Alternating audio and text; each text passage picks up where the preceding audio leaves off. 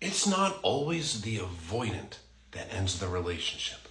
Sometimes it's the anxious person that actually ends it and leaves the avoidant. And that decision never comes easily. It always comes after endless attempts of trying to repair it, trying to get this person to work on themselves. When the anxious person's needs have not been met for a long time, where their nervous system is just at its breaking point, where they can't walk on eggshells anymore, constantly trying to keep this person from exiting the relationship, trying to earn the love from the avoidant, trying to desperately convince this person to show up emotionally in the relationship, invest time, or even engage in physical intimacy, which has become non-existent likely at this point. This decision weighs heavily on the anxious person's mind because they feel terrible for doing so. And they might even struggle with self-blame about the relationship failing. What if I did this better? What if I did that better? But they get to that point where they are just completely at their breaking point, where they have nothing more to give, nothing more left to sacrifice to try to save and salvage this relationship, because they've really come to the realization that they can't do it on their own.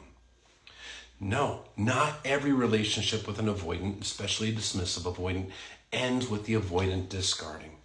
It can be the anxious person. And the anxious person has finally gotten to the point where they realize that they cannot win the love from an emotionally unavailable partner by loving them harder. They finally decided to show up for themselves.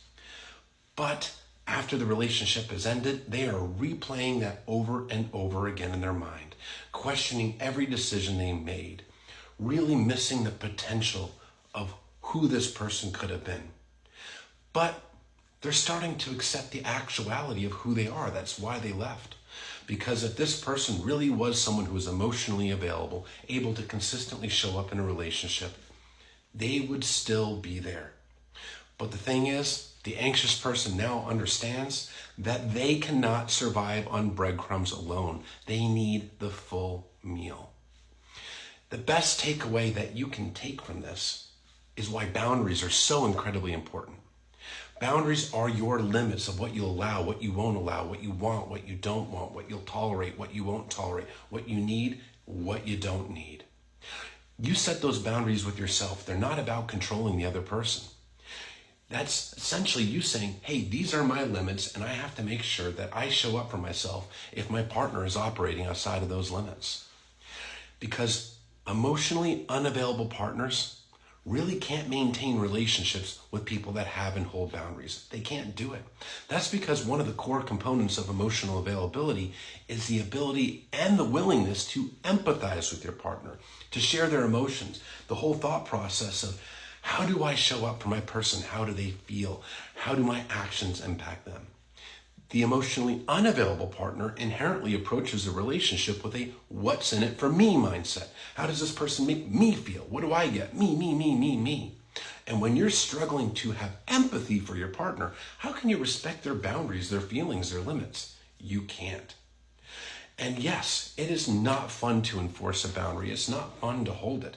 It's not fun to potentially walk away.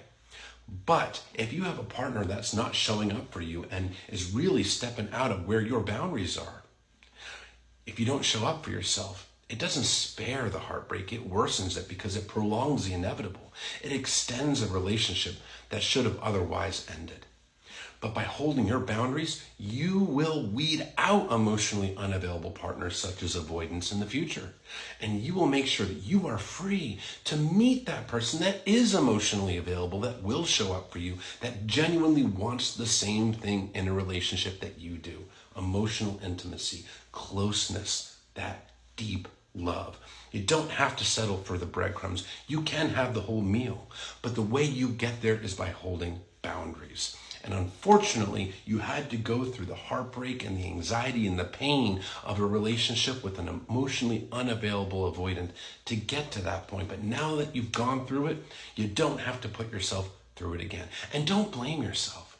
You weren't perfect. Of course you weren't. Nobody is. But you didn't make this person not show up in the relationship emotionally. You didn't cause their attachment wounds. And you recognized you can't force them to put in the work. And that's why you left. So don't beat yourself up.